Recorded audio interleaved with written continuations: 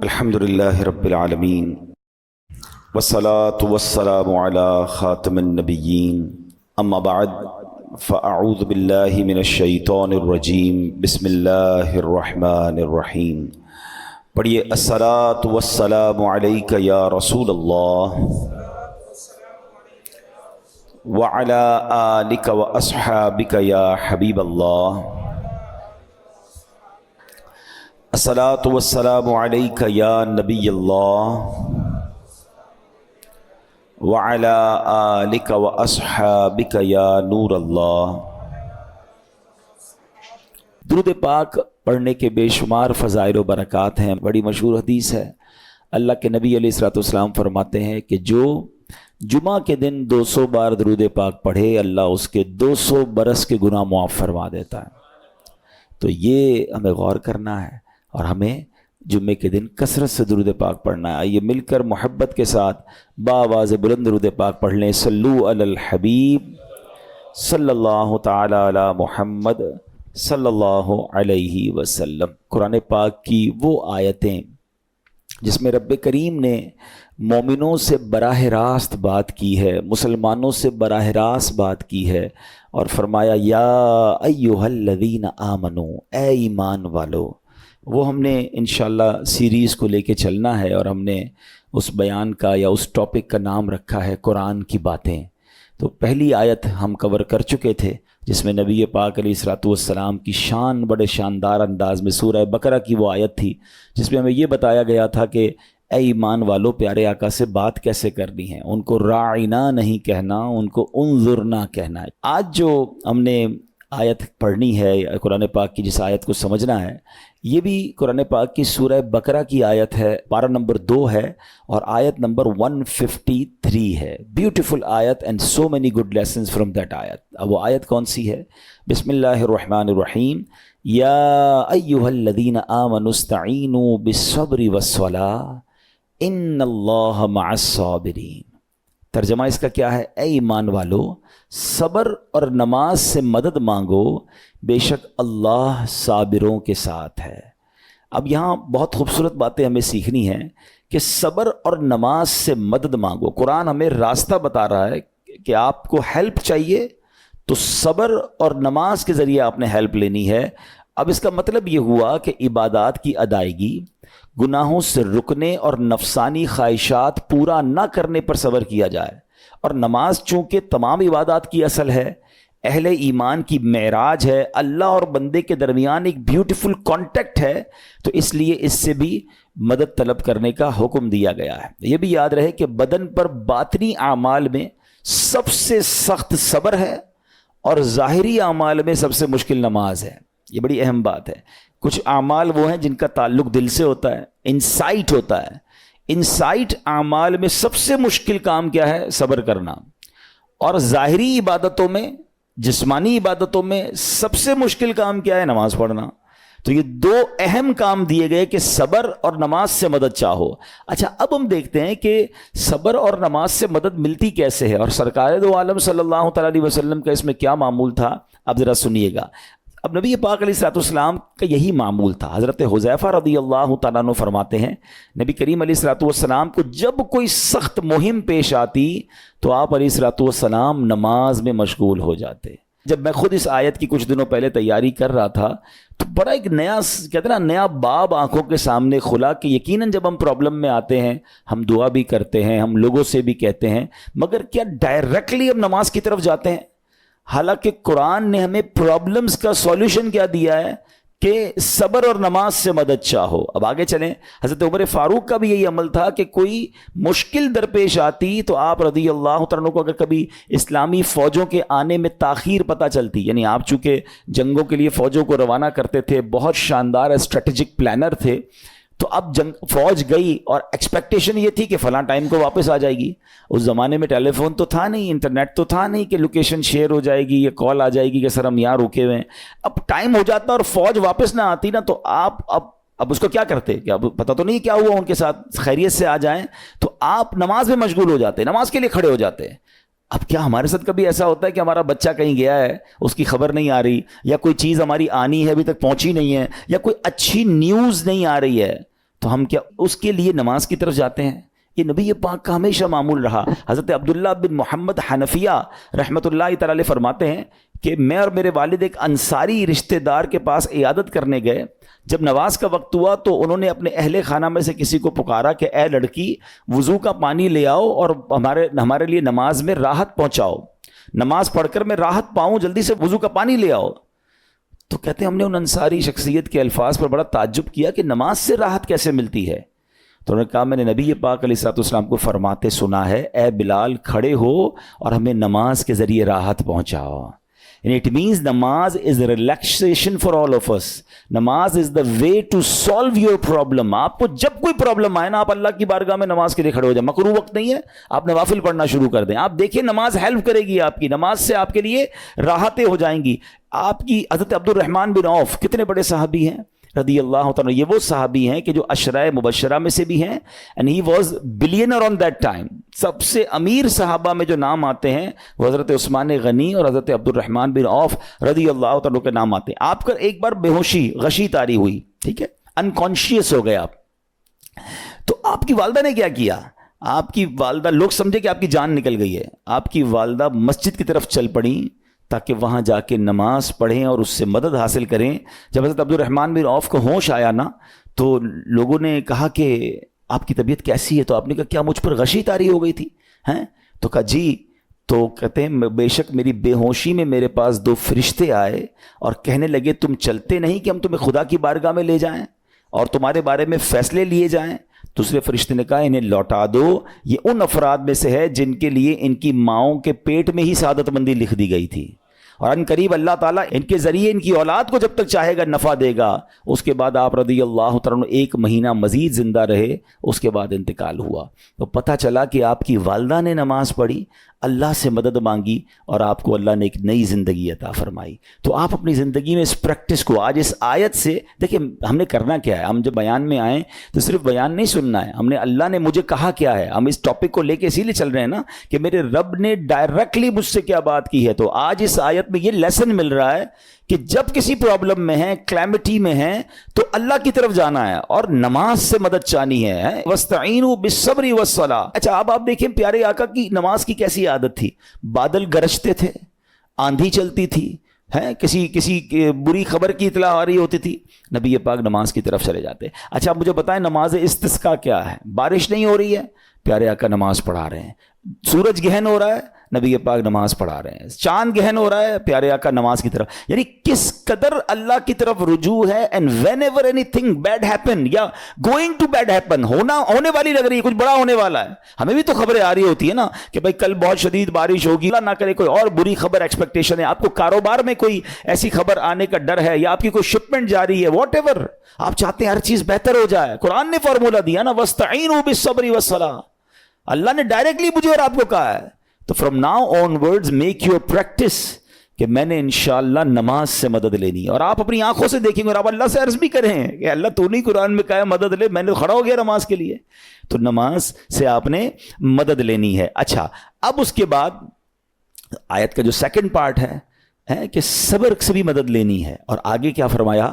ان اللہ مع الصابرین, اللہ صابروں کے ساتھ ہے. سبحان اللہ. اس کا مطلب یہ ہوا کہ اللہ تعالیٰ اپنے علم و قدرت کے ساتھ ویسے تو ہر کسی کے ساتھ ہے, لیکن یہاں صبر کرنے والوں کا خاص ذکر اس لیے ہوا تاکہ انہیں معلوم ہو جائے کہ اللہ تعالیٰ ان کی مشکلات کو دور فرما دے گا. مگر کرنا کیا ہے؟ صبر کرنا ہے. اچھا اب صبر کے بارے میں 2 باتیں بڑی اہم ہیں کہ صبر نارملی ہم جب بھی صبر کے بارے میں سنتے ہیں تو صبر ہم کہتے ہیں یار تکلیف آئی ہے صبر کرو. یقیناً یہ بھی صبر ہے, مگر صبر کی ایک اور قسم بھی ہے جو اس سے بھی سپیریئر ہے, جو اس سے بھی افضل ہے. اور وہ کیا ہے؟ گناہ کے لیے دل چاہے, حرام کے لیے دل چاہے, نفسانی خواہشات برا کام کروانا چاہ رہی ہیں اور بندہ اس پر صبر کرے. یہ صبر جو ہے نا یہ شریعت کو اور محمود ہے اور بڑا افضل ہے کہ انسان کو جی چاہے کہ فلاں گناہ کرنا ہے مگر وہ اس پر صبر کرے. اور دوسرا صبر وہی ہے جو ہم جانتے ہیں کہ کوئی مصیبت آ جائے, کوئی آفت آ جائے, کوئی ہمارا اللہ نہ کرے کسی سے لڑائی ہو جائے, ہمیں کوئی برا بھلا کہے, ہم اسے معاف کر دیں, صبر کریں. یا جسمانی تکلیف ہے, کاروبار میں پرابلم ہے, ہم اللہ کی رضا پر راضی رہیں. تو یہ 2 قسم کے صبر ہیں. اور جب کوئی بندہ صبر کرتا ہے نا تو قرآن و حدیث اور بزرگان دین کے اقوال سے میں اب آپ اس کے 10 فائدے بتانا چاہتا ہوں. میں کہتا جاؤں گا, آپ اللہ کے ذکر کی نیت سے سبحان اللہ بھی کہتے رہیں, جنت میں درخت بھی لگاتے رہیں. ٹھیک ہے. اللہ تعالیٰ صبر کرنے والوں کے ساتھ ہے. صبر کرنے والے کو اس کے عمل سے اچھا اجر ملے گا. صبر کرنے والے کو بے حساب اجر ملے گا. صبر کرنے والوں کی جزا دیکھ کر قیامت کے لوگ حسرت کریں گے. صبر کرنے والے رب کریم کی طرف سے درود و ہدایت اور رحمت پاتے ہیں. صبر کرنے والے اللہ کو محبوب ہیں. صبر آدھا ایمان ہے. صبر جنت کے خزانوں میں سے ایک خزانہ ہے. صبر کرنے والے کی خطائیں مٹا دی جاتی ہیں, اور صبر ہر بھلائی کی کنجی ہے. اب آتے ہیں ان دونوں صبر کو تھوڑا سا ڈیفائن کرتے ہیں. ایک نفسانی خواہشات, گناہ کا جی چاہتا ہے, کیونکہ نفس ہے نا, وہ تو ہر وقت موج مستی چاہتا ہے, وہ تو ہر وقت چاہتا ہے جناب بس یہ بھی کام کر لوں وہ بھی کر لوں. اب مجھے یہ دیکھنا ہے کہ میرا یہ کام اللہ کو راضی کرے گا یا رب کو ناراض کر دے گا. لیکن جو نفسانی خواہشات پر صبر کرتا ہے نا, گناہ سے اپنے آپ کو بچاتا ہے. قرآن کیا کہتا ہے؟ وَأَمَّا مَنْ خَافَ مَقَامَ رَبِّهِ وَنَهَى النَّفْسَ عَنِ الْهَوَىٰ فَإِنَّ الْجَنَّةَ هِيَ الْمَأْوَىٰ. اور رہا وہ جو اپنے رب کے حضور کھڑے ہونے سے ڈرا اور نفس کو خواہش سے روکا, تو بے شک جنت ہی اس کا ٹھکانہ ہے. دل چاہ رہا ہے, شیطان کہہ رہا ہے کر لے, کوئی دیکھنے والا نہیں ہے, علاقہ بھی چینج کر لیا, شہر بھی تبدیل ہو گیا, nobody here to watch you, مگر اللہ دیکھ رہا ہے. اچھا نارملی اگر غور کریں ہم گناہ کرتے کیوں ہیں؟ جتنے بھی گناہ ہیں, what ever the list of گناہ اٹھائیے. کوئی شراب پیتا ہے, کوئی بدکاری کرتا ہے معاذ اللہ, کوئی جوا کھیلتا ہے, کوئی جناب بے حیائی کرتا ہے, گندی چیزیں دیکھتا ہے یا جھوٹ بولتا ہے, واٹ ایور. ان تمام گناہوں میں تھوڑی سی لذت ہے, ٹیسٹ. ٹھیک ہے, غیبت میں بھی ٹیسٹ ہے, بلکہ کتابوں میں آیا کہ غیبت میں شراب سے بھی زیادہ مزہ ہے, جبھی تو بندہ چھوڑتا نہیں ہے. اچھا لیکن یہ تمام ٹیسٹ میں ایک بڑی اہم بات اب میں کہنے جا رہا ہوں. یہ بزرگ نے بڑی کمال کی ون لائنر ہمیں دے دیا ہے. وہ کہتے ہیں کبھی بھی لذت کے لیے گناہ مت کرنا, کیونکہ لذت ختم ہو جائے گی, گناہ کا جواب اور پنشمنٹ باقی رہ جائے گی.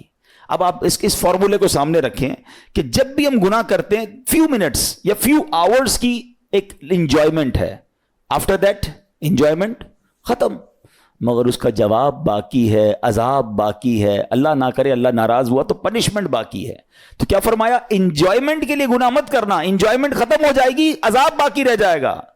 اور اگلا سینٹنس کتنا خوبصورت ہے, فرماتے ہیں کبھی بھی تکلیف کی وجہ سے نیکی مت چھوڑنا, تکلیف ختم ہو جائے گی, اجر باقی رہ جائے گا. ہیں اب مثال دیتا ہوں, اس کی 2-3 ایگزامپل سمجھیے. گناہ کی ایگزامپل تو آپ سمجھ گئے کہ کوئی بھی تھوڑی دیر کا گناہ کرتا ہے, لذت پاتا ہے, وہ گناہ ختم, عذاب باقی.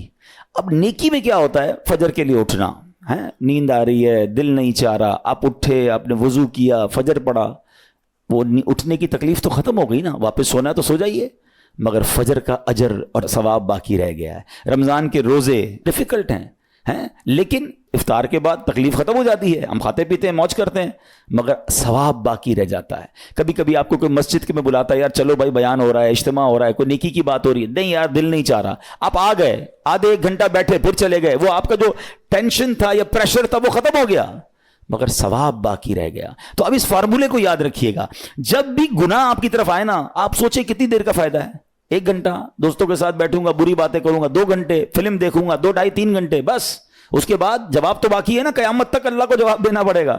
نہیں یار مجھے انجوائمنٹ کے لیے گناہ نہیں کرنا ہے. اور جب کوئی نیکی کا کام آئے اور آپ کو لگے یار دل نہیں چاہ رہا, مزہ نہیں آ رہا, بوریت ہوگی, چھوڑنا یار, تو بندہ سوچے کتنی دیر کی نیکی ہے, آدھے گھنٹے کی, 1 گھنٹے کی, بس 2 گھنٹے کی, اور ثواب باقی رہ جائے گا. Let's do it.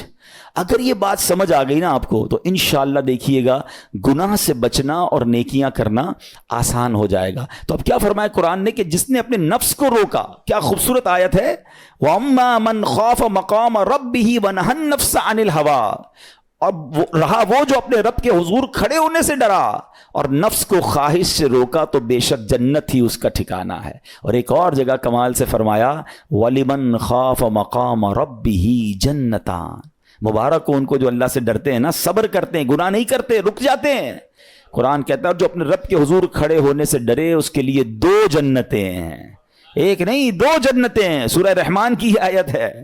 تو پتہ چلا کہ نفس کو روکنا یہ آسان بھی نہیں ہے. ہاں دل بہت چاہتا ہے, مگر یہ صبر جو ہے نا, ان اللہ مع الصابرین کا جو معراج ہے, جو ٹاپ آف دا لسٹ صبر ہے, وہ یہ صبر ہے. اچھا اب آتے ہیں ایک اور صبر کی صورت کہ اب آپ کو کسی نے غصہ دلا دیا, برا بھلا کہا, یا آپ کے مزاج کے خلاف بات ہو گئی, اب آپ نے روکنا ہے اپنے آپ کو. اب غصے کا اظہار نہیں کرنا, لڑائی نہیں کرنی, گالی کا جواب گالی, اینٹ کا جواب پتھر, انگریزی کا مقولہ ہے نا ٹٹ فار ٹیٹ, جیسے کو تیسا نہیں. یہ ہماری شریعت ہمیں نہیں سکھاتی. اچھا آج کل کسی کو کہو نا یار آپ کیوں یار لڑائی کر رہے ہیں, بھائی میں جواب نہ دوں تو لوگ سمجھیں گے کمزور آدمی ہوں, مجھے اپنا روب بھی تو رکھنا ہے, میں بھی تو پتہ چلے کون ہوں, اپنا بتاؤں تو صحیح کون ہوں. سچی بات پتہ ہے کیا ہے, جو ٹٹ فار ٹیٹ کرتا ہے, گالی کا جواب گالی سے دیتا ہے نا, وہ واقعی بتا دیتا ہے وہ کون ہے. وہ اپنا تعارف کروا رہا ہوتا ہے کہ یہ بھی ایسا ہے, میں بھی ویسا ہی ہوں. او بھائی. اچھا پھر ایک اور عجیب جملہ بڑا مشہور ہے آج کل, جناب ہم شریف کے ساتھ شریف ہیں, ہم بدماش کے ساتھ بدماش ہیں. مجھے آج تک سمجھ نہیں آئی یہ کون سا بٹن لگا ہوا ہے آپ کے اندر کہ شریف کے ساتھ آپ شریف ہو جاتے ہیں, بدماش آتا تو آپ بھی بدماش ہو جاتے ہیں. جناب والا, شریف آدمی شریف کے ساتھ بھی شریف ہوتا ہے, بدماش کے ساتھ بھی شریف ہوتا ہے. جب بھی تو وہ غلط آدمی اچھا ہوگا نا. نبی پاک علیہ الصلوۃ والسلام نے گالیاں سن کر دعائیں دی ہیں, پتھر برسانے والوں کو بھی دعائیں دی ہیں, مگر ہم تو تیار ہی رہتے ہیں یار میں بتاؤں گا اس کو میں کون ہوں, ایک گالی دی ہے میں اب اس کے ساتھ پشتوں کو گالیاں دوں گا. تو پھر آپ بھی ویسے ہی ہو گئے نا جناب. حدیث پاک کیا ہے, ہو از مور اسٹرانگر, ہو از مور پاورفل. اللہ کے حبیب علیہ الصلوۃ والسلام فرماتے ہیں کہ بہادر وہ نہیں, یہ بخاری شریف کی حدیث ہے, بہادر وہ نہیں جو پہلوان اور دوسرے کو پچھاڑ دے, بلکہ بہادر وہ ہے جو غصے کے وقت اپنے آپ کو قابو میں رکھے. اصل بہادری یہ ہے. تو اگر آپ نے واقعی صبر سے مدد لینی ہے, ان اللہ مع الصابرین کا مجدہ لینا ہے, تو بدلے نہیں لینا ہے, معاف کرنا ہے. ذرا مل کر میرے ساتھ شب قدر کی دعا دہرائیے گا, اللہم انک عفو کریم تحب العفو فاعف عنی. اللہم انک عفو کریم تحب العفو فاعف عنی. اللہم انک عفو کریم تحب العفو فاعف عنی. واٹ از دا میننگ, اس دعا کا معنی کیا ہے؟ اللہم انک عفو, اے اللہ تو معاف کرنے والا ہے, تحب العفو معافی کو پسند کرتا ہے, فاعف عنی اللہ مجھے بھی معاف کر دے. ہم کیا کہہ رہے ہیں اللہ سے, اللہ مجھے معاف کر دے اور میرے سارے اگلے پچھلے گناہ معاف کر دے. مگر دیر از اے کوسچن, آپ نے معاف کر دیا سب کو؟ بندہ کہتا نہیں میں تو انتظار میں بیٹھا ہوں, میں تو موقع کی تلاش میں, بس موقع ملے پھر بتاؤں گا میں کون ہوں. ہاتھ میں آ نہیں رہا بندہ, ٹرائی کر رہا ہوں کسی جگہ آ جائے, بس کوئی اس کے پیسے ویسے آ جائیں, کوئی اس کا معاملہ میرے پاس آ جائے, بس پھر دیکھو کیا کرتا ہوں. بیٹھے اس انتظار میں بیٹھے بہت سارے لوگ, کمال ہے یار. یعنی دشمنیاں پالی ہوئی ہیں, رشتہ داریاں کاٹی ہوئی ہیں, دوستوں کے پاس جا نہیں رہے ہیں, میاں بیوی میں لڑائی ہے, ایک سوری کے لیے بیوی گھر بیٹھی ہے, وہ کہتی شوہر سوری کہہ دے تو میں آ جاؤں گی, شوہر کہتا ہے بیوی معافی مانگ لے تو میں لے آؤں گا. ارے بھائی کوئی بھی آگے بڑھ کے معافی کر لو بھائی, اللہ سے معافیاں مانگ رہے ہو, بندوں کو معاف کرنے کے لیے کوئی تیار نہیں ہے. مجھے خود بتائے نا یہ کیسی دعا ہے کہ اے اللہ تو مجھے معاف کر دے, میں نے کسی کو معاف نہیں کرنا. یہ بنتی ہے دعا؟ اللہ سے پتہ ہے کیا کہیں, اے اللہ میں نے بندہ ہو کر تیرے سارے بندوں کو معاف کر دیا ہے, تو سب سے بڑا معاف کرنے والا ہے نا, اللہ تو بھی مجھے معاف کر دے. Look at the way to talk, یہ مزہ ہے نا بات کرنے کا, پھر دعا کرنے کا لطف بھی آئے گا آپ کو. تو دشمنیاں نہ رکھیں, غصے پر قابو پائیں, معاف کریں. ایک حدیث سن لیجئے, لرزا دیتی ہے, ڈرا دیتی ہے. اللہ کے نبی علیہ الصلوۃ والسلام فرماتے ہیں جو رحم نہیں کرتا اس پر رحم نہیں کیا جاتا, حدیث کا خلاصہ ہے, اور جو معاف نہیں کرتا اسے معاف نہیں کیا جاتا. اب بتائیے ہم معاف کرتے ہیں, ہم رحم کرتے ہیں؟ ہم کہتے ہیں اللہ ہم پر رحم کرے, ہم کسی پر رحم نہ کریں. نہیں ہوگا رحم, پہلے اپنے اندر تو لائیے یہ باتیں. اب ایک آیت سنیے گا, اس کے تحت ایک واقعہ, اور پھر میں بیان کو کنکلوڈ کرتا ہوں. اللہ کریم ارشاد فرماتا ہے الذین ينفقون فی السراء والضراء والکاظمین الغیظ والعافین عن الناس واللہ یحب المحسنین. قرآن میں رب فرماتا ہے وہ جو خوشحالی اور تنگ دستی میں اللہ کی راہ میں خرچ کرتے ہیں. یہ بڑی خوبصورت بات ہے, یہ غریب اسلامی بھائیوں کے لیے بھی مدنی پھول ہے. امیر تو خرچ کرتا ہے نارملی, غریب خرچ نہیں کرتا اللہ کی راہ میں. ہمارے قبلہ مفتی قاسم صاحب نے تفسیر قرآن صراط الجنان میں ایک بڑی پیاری بات لکھی. آپ کہتے ہیں پوری دنیا کے امیروں کا سروے کر لینا, ان کی جو پیسے بڑھنے کی ایک وجہ یہ بھی ہوتی ہے کہ وہ کہیں نہ کہیں چیریٹی کر رہے ہوتے ہیں, مدد کر رہے ہوتے ہیں. وہ مدد اور وہ نیکی ان کے پیسے بڑھا رہی ہوتی ہے. اور پوری دنیا کے غریبوں کا سروے کریں تو ان میں سے بڑی تعداد وہ جو خرچ ہی نہیں کرتی اللہ کی راہ میں. کہتے ہیں ہم کیا خرچ کریں, ہم تو غریب ہیں, ہم پر لوگ خرچ کریں. میں آپ کو فارمولہ دے رہا ہوں, اور یہ قرآن سے دے رہا ہوں. ہیں جو تنگی میں بھی اللہ کی راہ میں خرچ کرتے ہیں, جو خوشحالی میں بھی خرچ کرتے ہیں. آپ تنگی میں آپ روپیہ خرچ کریں, یہ نہیں کہتے آپ 10,000 روپے خرچ کریں, جتنی آپ کی حیثیت. یہ کاروبار ہے, آپ 1 روپیہ دیں گے اور آئے گا, آپ 10 روپے دیں گے اور آپ کسی نہ کسی نیکی کے کام میں خرچ کرتے رہیں, آپ غربت سے باہر آ جائیں گے. If you want to take out yourself from that problem, آپ آئیں اللہ کی راہ میں خرچ کرنا شروع کریں. قرآن کہہ رہا ہے کہ جو تنگی اور خوشحالی میں اللہ کی راہ میں خرچ کرتے ہیں. اور اگلا پارٹ کتنا خوبصورت ہے, فرمایا وَالْكَاظِمِينَ الْغَيْظَ وَالْعَافِينَ عَنِ النَّاسِ, فرمایا اور غصہ پینے والے اور لوگوں سے درگزر کرنے والے. انعام کیا ہے؟